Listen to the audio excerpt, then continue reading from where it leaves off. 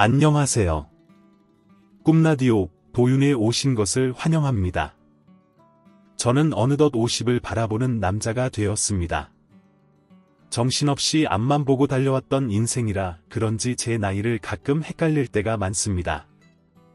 시간이 이렇게 빠르게 흘렀다는 게 믿기지 않네요. 한편으로는 안정적인 이 나이가 두렵기도 하지만 이제 지난 날들을 되돌아보며 제 나이를 다시 한번 받아들이려 합니다. 이 글은 누군가에게 자랑하거나 위로를 받기 위해 쓴 것이 아닙니다. 그저 저의 삶이 이렇다는 것을, 이렇게 열심히 살아왔다는 것을 기록하려는 마음일 뿐입니다. 부끄럽지만 제 입으로 말하자면 저는 학교에서 꽤 인기가 많은 학생이었습니다. 여학생들이 저를 따라다닌다는 의미는 아니고 저는 공부도 잘하고 반에서 회장도 맡고 운동도 좋아하는 외향적인 성격 덕에 친구를 많이 사귈 수 있었습니다. 저는 서울에서 태어나고 자라면서 많은 학생들 사이에서 자라왔습니다.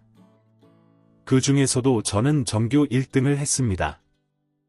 그것도 학원 한 번 다니지 않고 말이죠.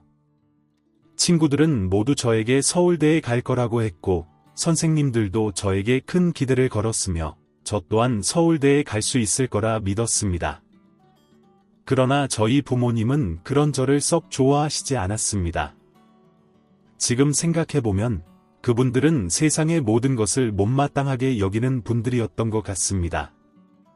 제가 학원 한 번 다니지 못했던 이유는 가정 형편 때문이었습니다. 욕심만 가득하셨던 아버지는 무리하게 벌인 사업이 망하고 나서 일용직으로 전전하시며 늘 불만이 많으셨습니다. 아직도 기억나는 것은 아버지가 매일 밤마다 술과 함께 뉴스를 보며 나라를 욕하시던 모습입니다. 어머니도 전문직에 종사하시던 분은 아니셨습니다. 면접을 보고 붙으면 다니다가 안 맞으면 그만두는 일을 반복하시던 분이었죠. 그리고 저보다 10살 어린 여동생이 하나 있었는데 그녀는 예상치 못한 늦둥이였습니다. 제가 19살이었을 때 여동생은 초등학교 2학년이었죠. 고등학교 3학년이 시작되기 전 저는 제 진로에 대해 상담하려고 부모님께 말씀을 드렸습니다. 대학에 가고 싶다는 뜻을 전했고 부모님도 제가 전교 1등이라는 사실을 알고 계셨습니다. 그런데 어머니의 한마디가 저를 무너뜨렸습니다. 애초에 그런 분들에게 기대를 했던 제가 바보였던 것이죠. 대학 꼭 가야겠니? 대학 나와도 크게 달라지는 것도 없고 그냥 졸업하고 바로 돈 버는 게 낫지 않겠니? 등록금도 만만치 않을 텐데. 어머니, 저 대학 가고 싶어요. 등록금 걱정 안 되시게 장학금 받고 다닐게요. 그게 문제가 아니라 그 기간 동안 돈을 더 벌 수 있는 걸 못 벌게 되는 거잖아. 4년 공부 안 한다고 큰일 나는 것도 아니고 그리고 내 동생도 생각해야지. 이제 초등학교 막 들어갔는데 동생 생각은 안 하니? 저는 지금까지 세상에 불평만 늘어놓는 아버지를 더 미워했습니다. 하지만 그 순간부터 어머니가 미치도록 밉게 느껴졌습니다. 그렇게 저는 부모님께 그럼 제 인생은요? 그 4년이 결정지을 제 인생은 아무것도 아닌가요? 라는 말이 목 끝까지 차올랐지만 결국 참을 수밖에 없었습니다. 그게 현실이었으니까요. 그날 어머니는 우리 집의 경제 상황에 대해 털어놓으셨고 저는 그저 묵묵히 들을 수밖에 없었습니다. 아버지의 이름으로 되어 있는 수억 원의 빚, 그리고 힘든 일로 인해 손목과 다리까지 망가진 어머니의 몸, 내일 당장 누군가가 집에 들이닥쳐 이 조금 남은 것들마저 다 가져가도 이상하지 않을 상황이라고 하셨죠. 그 순간 저는 집안 환경에 맞서려는 오기 같은 것이 생겼습니다. 비록 대학 4년이 조금 힘들더라도 그 이후엔 모든 것을 해결할 수 있을 만큼 돈을 벌면 되지 않을까 하는 생각이 들었고 전교 1등인 내가 더 열심히 해서 장학금을 받고 틈틈이 아르바이트를 해서 보태면 되지 않을까 하는 19살만이 가질 수 있는 자신감이 생겼습니다. 그래서 저는 부모님 몰래 대학 입학을 준비하기로 했습니다. 그리고 그때 저는 제 인생에서 최고의 여자를 만나게 되었죠. 고등학교 3학년이 되었을 때도 반 회장을 맡았는데 우연히 옆반 회장이었던 지금의 아내를 만나게 된 겁니다. 그녀는 마치 천사 같았습니다. 늘 여유가 넘쳤고 친구들에게도 따뜻하게 대해주는 모습이 인상적이었죠. 왜 2년 동안 그녀를 몰랐을까 싶을 만큼 저는 제 자신이 어리석게 느껴졌습니다. 그래서 저는 그녀와 친해지려고 온갖 애를 썼습니다. 임원 회의가 있을 때마다 옆반 주변을 서성거렸고 그녀가 회의실로 갈 때면 우연인 척 함께 걷곤 했습니다. 또 다른 핑계를 대며 자주 옆반을 방문했죠. 운명처럼 아내와 저는 같은 대학을 희망하고 있었습니다. 그 덕분에 우리는 더 가까워졌습니다. 그리고 그해 여름, 저는 희망하던 대학에 수시로 합격하게 되었습니다. 놀랍게도 아내 역시 저와 같은 대학에 합격했습니다. 저는 바로 고백을 결심했죠. 태야, 나랑 사귀자. 두 눈을 질끈 감고 큰 소리로 외쳤습니다. 목 끝까지 잠긴 파란 셔츠가 답답해서인지 아니면 떨려서인지 얼굴이 시뻘겋게 달아올랐습니다. 아내가 아무 대답이 없길래 눈을 살짝 떠보니 그녀도 얼굴이 빨갛게 물들어 있었습니다. 그리고 그녀는 아주 예쁜 목소리로 그래 하며 고개를 끄덕였습니다. 제 19년 인생에서 그날만큼 행복했던 순간은 없었습니다. 제가 희망하던 대학에 합격함과 동시에 첫사랑과의 연애가 시작되었으니 마치 진흙탕 같았던 제 인생의 꽃길이 펼쳐지는 듯했습니다. 평생 내 곁에서 떨어지지 않을게. 언제나 너를 지켜주고 당당한 남자친구가 되게 저는 그 약속을 자신 있게 했습니다. 그런데 그 약속이 무너지는 것은 한순간이었습니다. 저는 대학에 합격한 사실을 부모님께 비밀로 했으니까요. 제가 선생님께도 부모님께도 알리지 말라고 신신당부했던 터라 부모님이 제 대학 합격 소식을 알 리 없었습니다. 저는 20살이 되는 동시에 집을 나가려고 했고 여러 가지 계획을 세우고 있었죠. 그런데 제가 여자친구와 명문대에 합격한 소식이 학교에서 자랑거리로 알려졌던 모양입니다. 그게 문제였죠. 학교 정문에 걸린 현수막이 우리 집에 화근이 된 겁니다. 어느 날 술에 취해 집에 들어온 아버지가 갑자기 제 방문을 벌컥 열고 들어오셨습니다. 너 뭐야? 이 새끼야. 아버지 왜 그러세요? 내가 감히 대학을 가? 내가 우리 집 형편을 알면서도 그런 짓을 벌여? 내가 나 엿먹이려고 작정한 거지? 내 부모 덕은 생각 안 하고 혼자 살겠다는 거냐? 아버지는 제 멱살을 잡고 동네가 떠나가라 소리치셨습니다. 그 큰 소리에 놀라 어머니가 달려와 아버지를 말리다가 상황을 이해하시고 저를 나무라셨습니다. 민철아, 그게 정말이니? 너 대학에 가겠다고? 도대체 왜 그러는 거니? 엄마, 저도 생각이 있어요.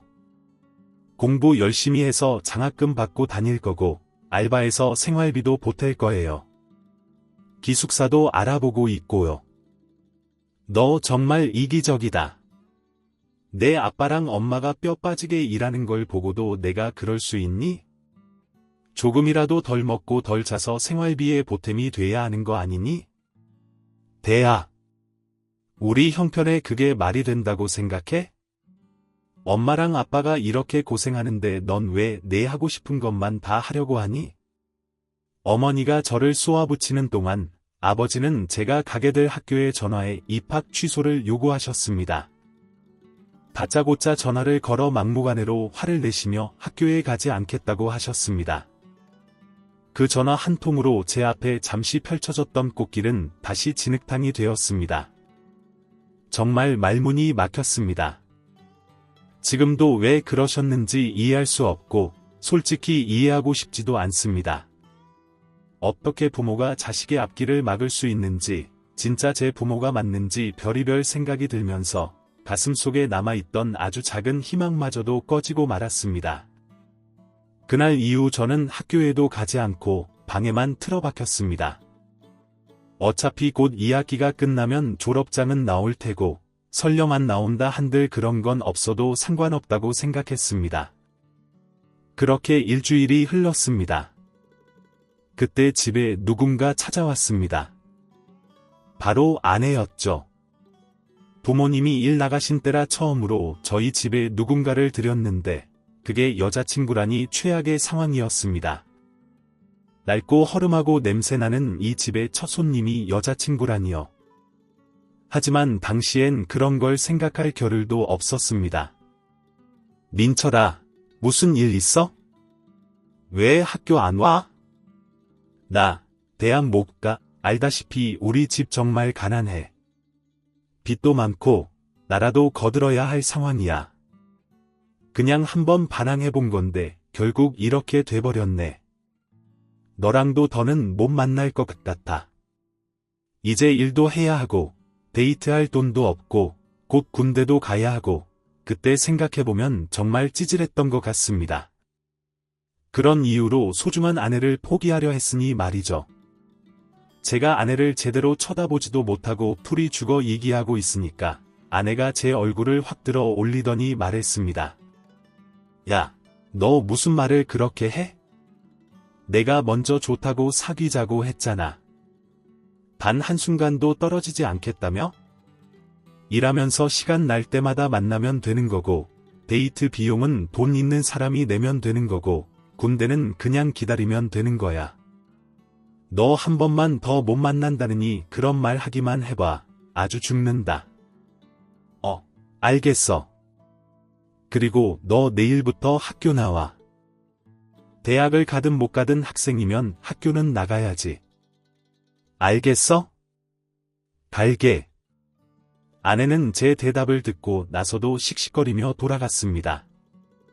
그때 아내의 눈에 눈물이 고이는 걸 봤습니다. 왜 그런 바보 같은 말을 했을까? 아내가 떠나자마자 후회가 되더군요. 그래서 그 순간 다시 다짐했습니다. 아내랑 같은 학교에 가지는 못했지만 그 학교에 다니는 다른 애들보다 더 멋진 사람이 되기로 결심했죠. 그래서 다음 날부터 다시 학교에 나갔고 곧바로 취업할 방법을 찾아보았습니다. 하지만 얼마 지나지 않아 저를 또 한 번 진흙탕에 빠뜨리는 일이 생겼습니다. 바로 아버지의 죽음이었죠. 원인은 심장마비였습니다. 여느 때처럼 친구들과 술을 마시다가 언성이 높아졌고 평소 고혈압이 있던 아버지는 갑자기 혈압이 치솟아 심장마비로 쓰러지셨습니다. 아버지의 장례식장에서 정말 많이 울었습니다. 그리움이나 아쉬움, 죄송함 때문이 아니었습니다. 왜 나에게 이런 시련을 주고 가시냐는 원망과 분노의 눈물이었죠. 저희 집은 완전 비상이 걸렸습니다. 단돈 몇천 원이 아쉬운 상황에서 저는 빨리 일자리를 찾아야 했습니다. 결국 고등학교 선배가 일하던 인쇄소에서 일하기 시작했습니다. 아무런 경험도 없이 시작한 일이라 힘들었지만 제 삶의 원동력은 아내였습니다. 대학교에 간 아내는 바쁜 와중에도 항상 저를 만나러 왔습니다. 모임이 있는 날에도 늦게까지 독서실에서 공부하는 날에도 말이죠. 그러면 저는 매번 아내를 집까지 바래다 주었습니다. 제대로 된 데이트 한번 해본 적이 없는데도 아내는 불평 하나 없이 늘 밝게 저를 맞아주었습니다. 그때 알았습니다. 아내는 좋은 가정에서 자란 사람이었죠. 밝은 성격이 그런 좋은 환경에서 나왔다는 걸 깨달았습니다. 그래서 더욱 잘해주고 싶었고 더 성공하고 싶었습니다. 저는 20살의 패기로 열정이 넘쳤습니다. 돈이 되는 일이라면 가리지 않았습니다.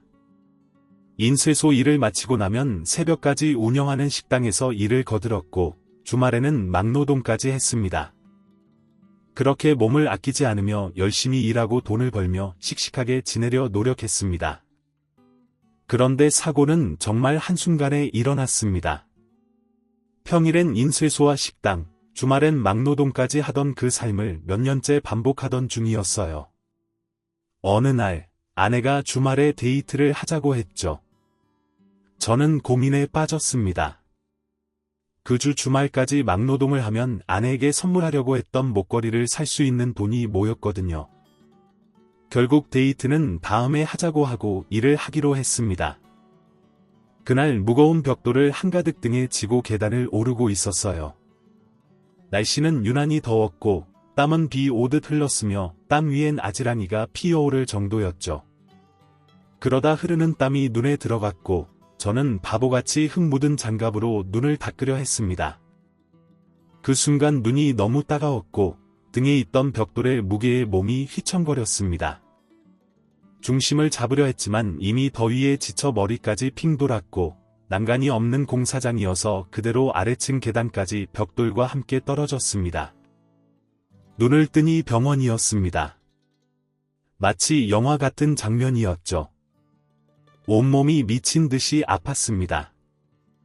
허리는 움직일 수 없었고 군데군데 수술의 흔적이 보였어요. 저는 이미 수술을 마친 상태로 중환자실에 누워 있었습니다. 고통스러워서 간호사에게 진통제를 달라고 했던 게 기억납니다. 그 후로 얼마나 누워 있었는지 모르겠어요. 누군가 제 이름을 부르길래 고개를 돌려보니 아내가 눈물 범벅이 된 얼굴로 저를 보고 있었습니다. 그 옆엔 어머니도 계셨죠. 아내를 보자마자 내가 살아있구나라는 생각이 들었습니다. 아내는 저와 눈이 마주치자마자 눈물을 왈칵 쏟아냈어요. 상처투성이인 제 몸을 만지지도 못하고 계속 울었습니다. 그런데 이상했어요. 몸이 그렇게 아픈데도 허리 밑으로는 감각이 전혀 없었습니다. 민철아, 이게 뭐야? 어떻게 된 거야? 미안해, 태희야. 뭐가 미안해, 바보야. 나한테 왜 미안해?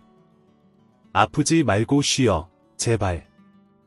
내가 멋진 남자친구가 되려고 했는데 이렇게 누워 있어서 미안해. 그게 뭐야? 말하지 말고 그냥 누워 있어. 어떡해, 이거 다 어떡해. 저는 아내의 눈물을 보면서도 정신이 흐려져 잠이 들어버렸습니다. 아내를 달래줘야 한다는 생각뿐이었는데 몸은 꿈쩍도 하지 않았습니다. 그렇게 3일을 중환자실에서 보낸 뒤에야 일반 병실로 옮길 수 있었습니다. 의사 선생님은 제 허리가 골절되었다고 했어요. 수술은 잘 되었지만 상태가 좋지 않아서 경과를 지켜봐야 한다고 하셨고 아마 평생 휠체어를 타야 할 가능성이 높다고 말했습니다. 그 말을 듣고 왜 나에게만 이런 일이 일어나는 걸까? 하늘이 원망스러웠습니다. 신이 있다면 이렇게 불쌍한 사람을 그냥 내버려 두진 않겠지, 라는 생각도 들었죠. 어머니는 그런 와중에도 병원비는 어떻게 할 거냐, 앞으로 생활비는 어떻게 할 거냐며 한참을 울고 또 화를 내셨습니다. 그리고 일해야 해서 바쁘시다며 일반 병실에 올라온 이후로는 찾아오지도 않더라고요. 제 옆을 지켜주는 건 여자친구였습니다. 여자친구는 하루 종일 제 옆을 지켰습니다. 그리고 아내는 매일 저에게 사랑한다고 했습니다. 저는 이해하기 힘들었습니다. 한 걸음 앞에 미래도 보이지 않는 남자가 뭐가 좋다고 사서 고생을 하는 건지 이해할 수 없었고, 혹시 연민 때문에 나를 보살피는 건 아닌가 하는 생각도 들었습니다. 저는 그녀가 절 정말 사랑하는지 궁금했지만 물어보기 두려웠습니다. 혹시 아니라고 하고 나를 떠날까봐 그게 무서웠거든요. 그런데 뜻밖에도 제가 해야 할 그 말을 여자친구가 먼저 하더라고요. 민철아, 나 사랑해. 뭐 당연한 걸 왜 물어봐. 너무 사랑하지? 난 너밖에 없어. 그렇구나. 다행이다. 왜 내가 널 안 사랑하는 것 같아? 아니, 그건 아니고 내가 나보고 떠나라고 할까봐 무서워서, 아니면 네가 날 버릴까봐 무섭더라고. 아니라고 생각하고 싶지만 사실 지금 상황 되게 큰일이잖아. 그래서 네가 날 버리거나 세상을 버릴까봐 무서워서 불안해지더라고. 그런데 다행이다. 내가 나 사랑한다니까. 그게 무슨 말이야? 단 한순간도 떨어지지 않는다고 약속했잖아. 오히려 내가 더 무서운데 내가 나 몸이 이렇다고 버릴까봐 혹시 마음이 달라졌을까봐 내가 널 왜 버리냐? 휠체어 타는 게 뭐 대수라고 난 아무 상관없거든. 내가 다치기 전이나 지금이나 내 마음은 변함없어. 확신을 주는 아내를 보며 용기가 생겼습니다. 휠체어를 타고 다녀도 할 수 있는 일을 찾아보고 재활치료도 열심히 해야겠다고 다짐했습니다. 저는 어머니 지인분이 일하시는 옷 공장에서 시다부터 하기 시작했습니다.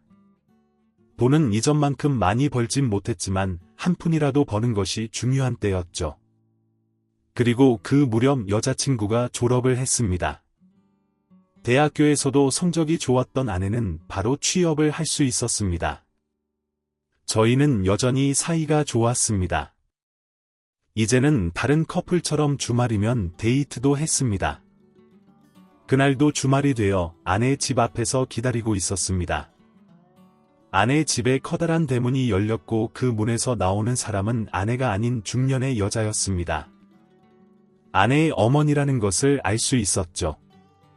저는 휠체어에 앉은 채 구부정하게 숙이며 인사를 했습니다. 안녕하세요.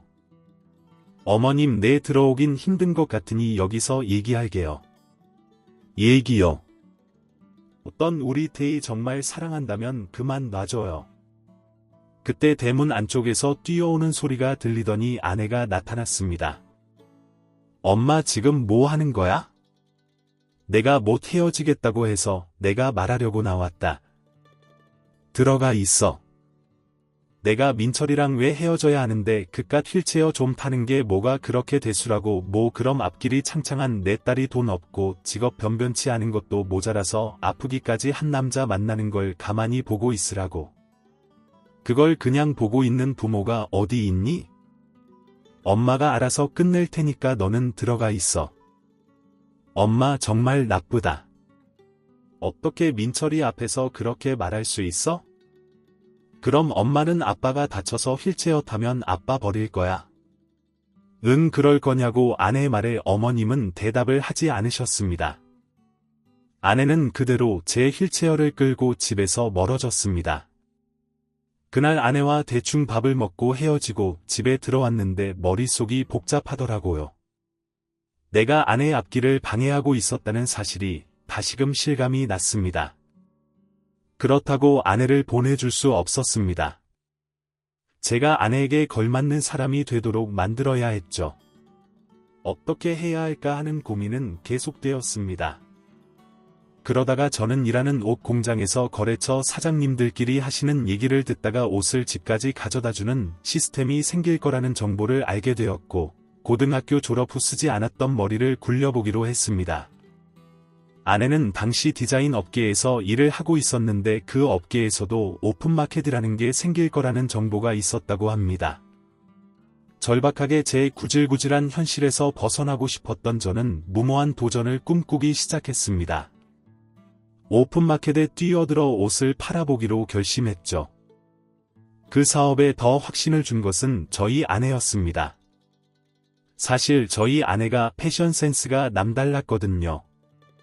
의상과는 거리가 먼 마케팅 쪽에서 일을 했던 사람이지만 회사가 디자인 계열이라서 그런지 옷을 보는 안목이 좋았고, 마케팅에 대해서는 말할 것도 없이 빠삭했죠. 활발하고 성격도 싹싹했던 아내는 자처해서 저를 도우겠다며 휠체어를 탄 저를 대신해서 동대문 시장을 뛰어다녔죠. 그 모습에 더 힘을 얻은 저는 무작정 사업자부터 등록하고 아내가 가져온 옷들의 사진을 찍어서 오픈마켓에 판매를 하기 시작했습니다. 저희는 바깥 활동을 많이 하는 젊은 여성보다는 직장을 다니거나 육아를 전담하고 있는 30에서 40대를 공략했습니다. 아무래도 당시에는 컴퓨터가 없는 집도 있었기 때문에 자녀가 있어서 컴퓨터가 있을 연령층을 공략한 거죠. 그렇기에 사회생활 초년생보다는 경제적인 여유가 있을 거라고 판단했습니다. 또한 저희 어머니만 봐도 원피스 한 벌 사오시러 시장에 다녀오시면 아버지 팬티에 제 티셔츠에 동생 신발까지 사오시기 때문에 그 소비의 규모가 보다 덜 클 것이라고 생각했습니다. 그 판단은 아주 성공적이었습니다. 처음엔 이걸 누가 보는 게 맞을까 싶을 정도로 몇 달 동안 반응이 없다가 한두 번 주문이 들어오기 시작하더니 그때부터는 걷잡을 수 없이 폭발적인 인기가 있었습니다. 밤낮으로 택배를 쏴도 택배는 줄질 않았고 온 집안에 온 먼지가 날렸지만 통장에 찍힌 돈을 볼 때마다 행복하기만 했습니다. 결국 아내까지 다니던 직장을 그만두고 저를 거들었습니다. 직장을 그만둔다고 했을 때 아내의 부모님께서 반대를 하셨지만 아내 말로는 예전만큼 심하게 반대하지 않으셨다고 합니다. 아무래도 아내가 어머님께 했던 말에 마음이 조금 흔들리신 것 같았습니다. 저희 집에서 컴퓨터 한 대 카메라 하나 가지고 시작했던 일이었는데 옷이며 택배 상자가 집 안을 가득 채워서 근처에 사무실까지 얻게 되었습니다. 일손이 부족해서 저희 어머니와 고등학생이었던 동생까지 제 일을 도와줄 지경이었습니다. 이렇게 잘 되어도 되나 싶을 정도로 어안이 벙벙하더라고요.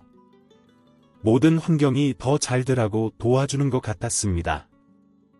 그러다가 아내 아이디어로 제작 상품을 만들어 보게 되었고, 저는 이전에 옷 공장에서 일했던 경력을 살려서 값싸고 퀄리티 좋은 상품을 만들어냈습니다. 그리고 어머니 지인분들이 옷 공장에 많이 다니고 계셔서 공장 알아보는 건 식은 죽 먹기였죠. 제작 상품들은 보란듯이 오픈마켓에서 대박이 터졌고 정말 운 좋게 중국과 일본에서 저희 상품을 팔고 싶다는 연락이 와서 수출까지 하게 되었습니다. 그러는 데에는 외국어에 능통한 아내의 영향이 아주 컸죠. 2년 만에 오픈마켓에서 최고 수준으로 자리를 잡은 저는 그렇게 갚아도 줄어들지 않았던 빚을 모두 청산했습니다. 그날 어머니랑 소주 한잔 하면서 울고불고 했던 기억이 나네요. 미안하다. 민철아, 내가 엄마가 되어서 아무것도 못해주고 오히려 네 앞길이나 막고 됐어요. 지난 일인데요. 뭐 어머니도 얼마나 힘드셨겠어요? 저 다 알아요. 고등학생 때 너한테 대학교 가지 말라고 하고 얼마나 후회했는지 몰라. 대학에 갔으면 내가 안 다치지 않았을까 싶고 미안하다. 그런데 내 아버지가 죽고 그냥 내가 너무 힘들었어. 다 놓아버리고 싶을 만큼 너무 힘들어서 내 얼굴 보는 것도 힘들고 내가 엄마가 되어서 그러면 안 되는데 엄마가 미안해. 민철아, 괜찮아요. 엄마 이제 다 괜찮아요. 우리 이제 다 끝났잖아요. 이제 저도 남들처럼 놀러도 다니고 맛있는 것도 먹으면서 하고 싶은 거 다 하면서 살 거예요. 그러니까 어머니도 이제 그만 힘들어하시고 어머니 인생 사세요. 그날 밤 어머니는 정말 많이 우셨습니다. 어머니가 그렇게 많이 우시는 건 아버지가 돌아가셨을 때 이후로 처음이었습니다. 어머니도 마음에 짐이 많으셨겠구나 하면서 처음으로 어머니의 마음을 이해하게 되었습니다. 그리고 빚을 모두 청산한 저에게 아주 중요한 일이 남아 있었습니다. 바로 아내에게 청혼을 하는 것이죠. 나름 분위기를 내본다고 평소에 입지도 않는 셔츠도 꺼내 입고 비싼 레스토랑을 예약해서 갔습니다. 심장이 발끝에서부터 머리끝까지 뛰는 느낌이었습니다. 태어난 첫 말했지만 머릿속이 정말 하얗습니다. 태희야, 내가 비록 몸이 불편하고 아직은 돈도 많이 없지만 내가 평생 행복하게 해줄게 알잖아. 나 생활력 하나는 자신 있는 거, 너 굶기는 일은 절대 없을 거야. 그러니까 우리 결혼하자. 너 처음 봤던 순간부터 하고 싶었던 말이야. 너무 늦어서 미안해. 아내는 눈물을 뚝뚝 흘렸습니다. 정말 심장이 미친 듯이 뛰었는데 아내가 응이라고 하며 고개를 끄덕이는 것을 보자 갑자기 머리가 맑아지고 온몸에 힘이 풀렸습니다. 깊은 숨을 내쉬는 저를 보고 아내는 해맑게 웃었습니다. 그러더니 제 손을 꼭 잡고 얘기했습니다. 우리 재활치료하자. 민철아, 그동안 일한다고 바빠서 못했잖아. 그때 의사 선생님 말씀 기억나? 재활 열심히 하면 걸을 수 있을 거라고. 더 늦기 전에 해보자. 나는 나중에 우리 아기랑 셋이 걸어 다니는 게 소원이야. 아기 아내가 아기라는 말을 꺼내는 순간 갑자기 무슨 아기라도 낳은 마냥 머릿속에 앞으로의 행복한 현실이 좌르르 펼쳐지더라고요. 열정이 활활 타오른 저는 고개를 끄덕였습니다. 회사가 계속 잘 되니까 저와 아내 그리고 어머니로는 역부족이더라고요. 그래서 직원들을 뽑았고 덕분에 쉴 수 있는 시간이 조금씩 생겨서 틈이 날 때마다 재활을 하러 다녔습니다. 아직 젊은 나이라 가능성이 있다는 선생님 말씀에 더 열심히 했습니다. 그리고 그 결과 저는 결혼식 날 당당하게 걸어서 신랑 입장을 할 수 있었죠. 물론 완벽하게 정상인처럼 걷지 못했습니다. 목발에 의지한 채 많이 절뚝이며 걷긴 했지만 휠체어를 타지 않고 입장을 했다는 것만으로도 저한테는 엄청난 기적이었습니다. 참 아내의 부모님은 이미 아내가 저와 일하겠다고 한 순간부터 서서히 마음을 열고 계셨던 것 같습니다. 아내와 결혼을 약속하고 처음 정식으로 인사드리는 날 발바닥에 땀이 날 정도로 긴장을 했는데 생각보다 장인어른과 장모님의 반응이 아주 나쁘지 않았습니다. 몸이 불편한 것보다 아내에게 짐이 될 가정 환경이 더 걱정이 되셨는데 그래도 제가 열심히 일하고 또 괜찮은 성과를 보이니 믿을 수 있다고 하셨습니다. 그리고 재활을 열심히 한다는 얘기를 듣고 생각보다 괜찮은 사람이구나 싶었다고도 하셨습니다. 그렇게 저는 장인어른 장모님의 축하까지 받으며 성공적으로 결혼을 할 수 있었습니다. 그 이후 저희 부부의 인생은 아주 순탄했습니다. 오픈마켓을 넘어 자사몰까지 만들게 되면서 수수료를 절감하며 더 많은 이익을 창출할 수 있었고 사무실은 계속해서 확장 이전을 하게 되었습니다. 제작 상품들도 계속해서 수출을 하게 되어서 아내와 저는 평생 가보지 못했던 해외를 사업 때문에 가보기도 했습니다. 그리고 그로부터 몇 년이 흐르고 아내의 소원대로 저와 아내는 저희를 똑 닮은 아기와 셋이 손을 잡고 걸을 수도 있었죠. 그로부터 20년이 넘게 흐른 지금까지도 저희의 사업은 아주 순탄하게 흘러가고 있습니다. 저희는 의류를 넘어 다양한 사업으로 확장되면서 직원도 아주 많이 필요하게 되었습니다.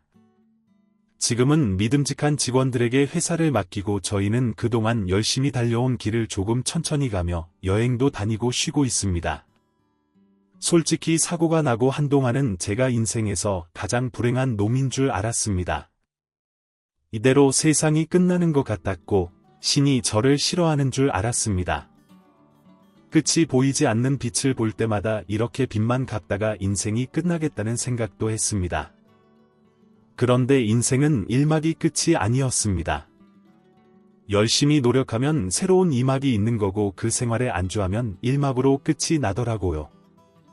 그러니까 모두 힘내십시오. 예전엔 잘된 놈이 이런 말하면 그냥 우습고 귀에 들어오지도 않았는데 저는 밑바닥까지 갔다 온 인생이니까 믿어보세요. 무언가 찾으려고 노력하면 찾게 될 것이고 이루고자 하면 이루어질 것입니다. 여러분이 꿈꾸던 인생의 2막이 화려하게 펼쳐지기를 바라며 이만 글 줄이겠습니다. 감사합니다. 지금까지 사연 들어주셔서 감사합니다. 사연이 재미있으셨다면 구독과 좋아요를 눌러주세요. 감사합니다. 안녕히 계세요.